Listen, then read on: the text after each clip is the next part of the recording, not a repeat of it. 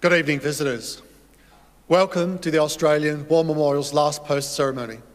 My name is Craig Burrell, and joining us today from the Australian Army is Corporal Jeanette McNeely. We are honoured to acknowledge Admiral Philip Scott Davidson, Commander, United States Indo-Pacific Command, United States of America, Mrs. Tracy Davidson, General Angus Campbell, Chief of Defence Force Australia, and the accompanying delegation. We welcome the veterans who have served, those that are still serving, and the families that support them. We acknowledge the members of RSL and Services Clubs Association, RSL Victoria, and RSL Queensland, who watch and broadcast at this ceremony across Australia. During the ceremony, wreaths will be laid at the base of the pool of reflection by visitors and students on behalf of the following schools.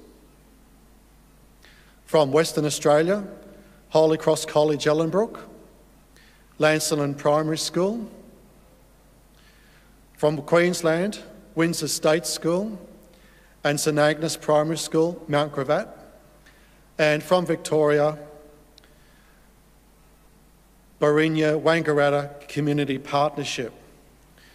We also welcome the Northern Mallee Leaders Program and the Loddon Murray Community Leadership Programs groups who are joining us today. Please stand and join in singing the National Anthem.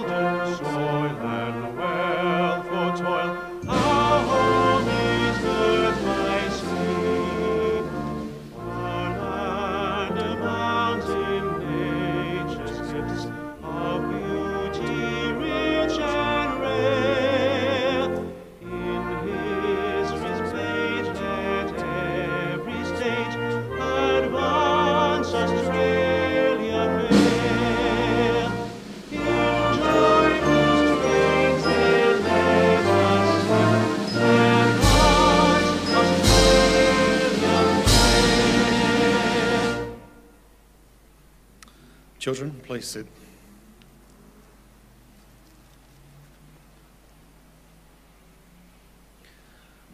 The Australian War Memorial was the vision of Charles Bean, Australia's First World War official historian. Bean landed with the Australian troops on Gallipoli and stayed with them at the front through to the end of the war. The idea of this national memorial and museum came to him at Pozières, France, in the depths of the bloody fighting of 1916. Bean's idea was that this would be a place where families and friends could mourn their loved ones buried in faraway places. It would also be a place that could help all Australians understand what these men and women had endured and what they had done for us.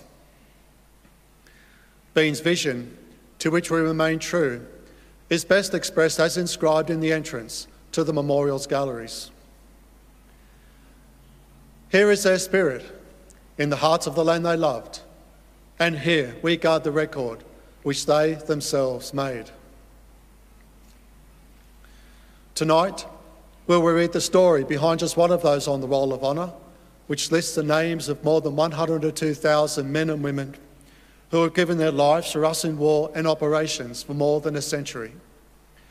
But first, we present a lament, Flowers of the Forest. Wreaths or floral tributes will now be laid at the base of the pool of reflection.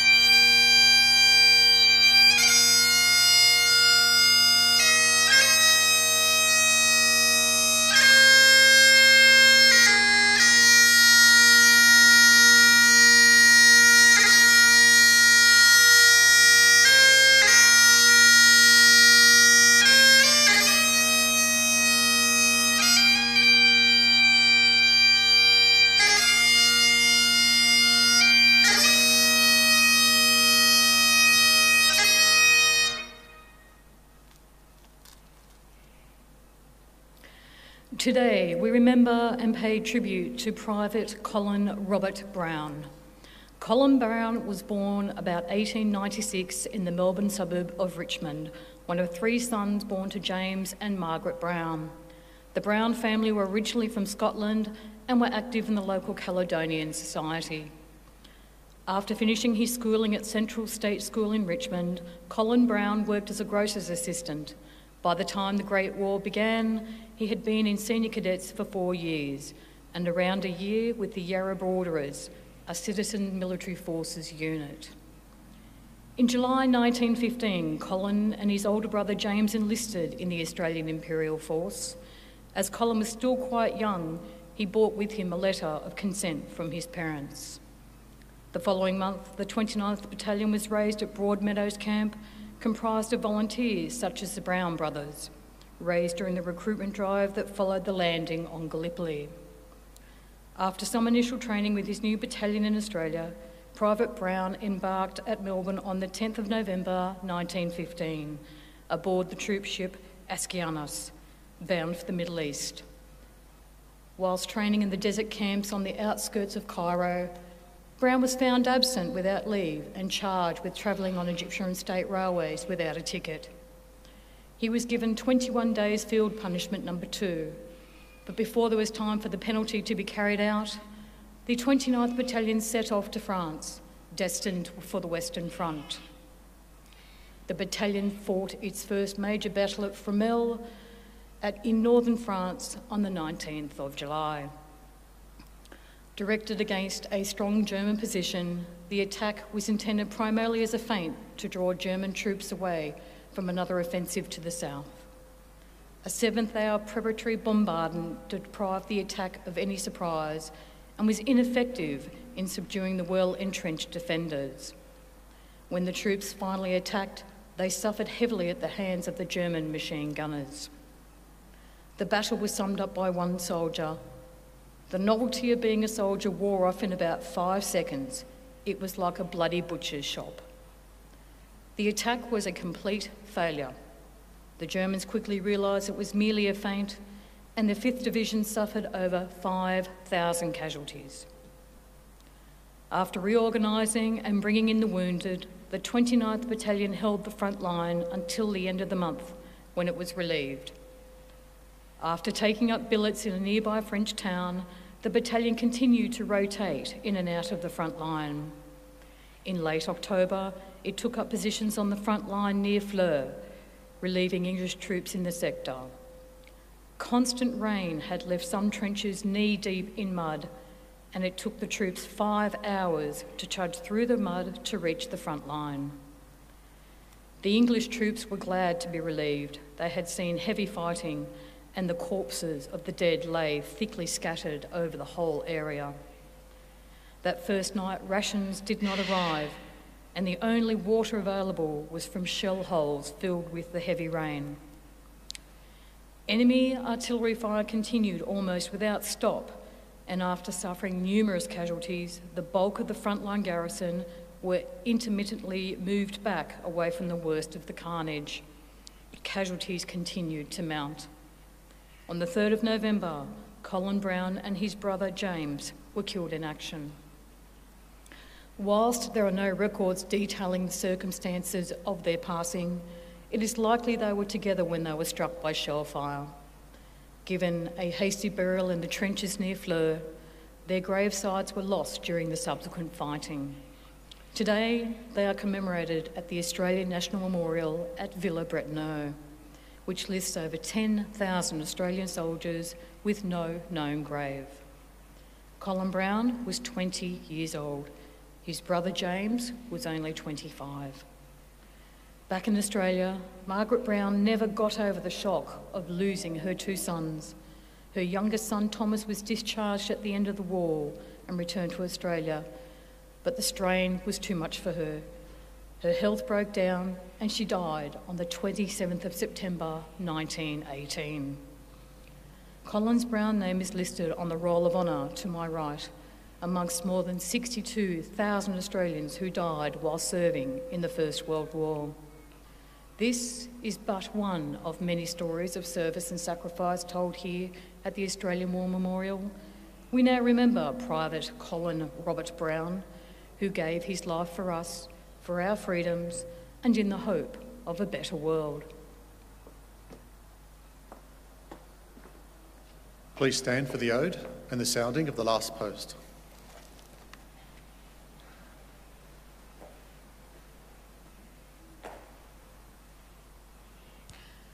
They shall grow not old, as we that are left grow old. Age shall not weary them, nor the years condemn. At the going down of the sun, and in the morning, we will remember them. We'll remember them.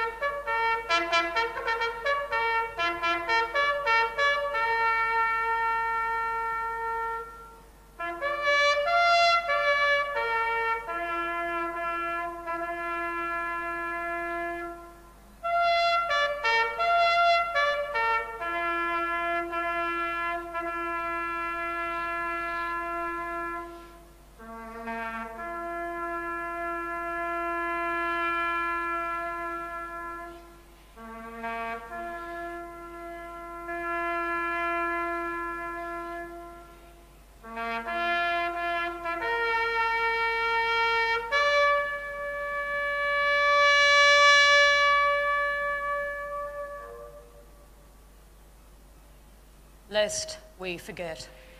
Lest we forget.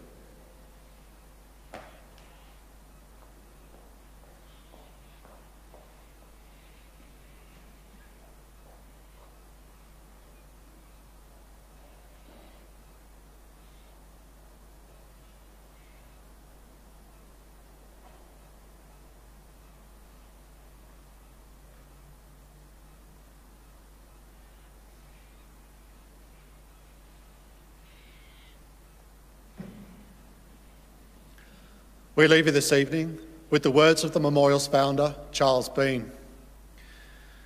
Many man lying out there at Pozières or the low scrub at Gallipoli, with his poor, tired senses barely working through the fever of his brain, has thought in his last moments, well, it's over. But in Australia, they will be proud of this.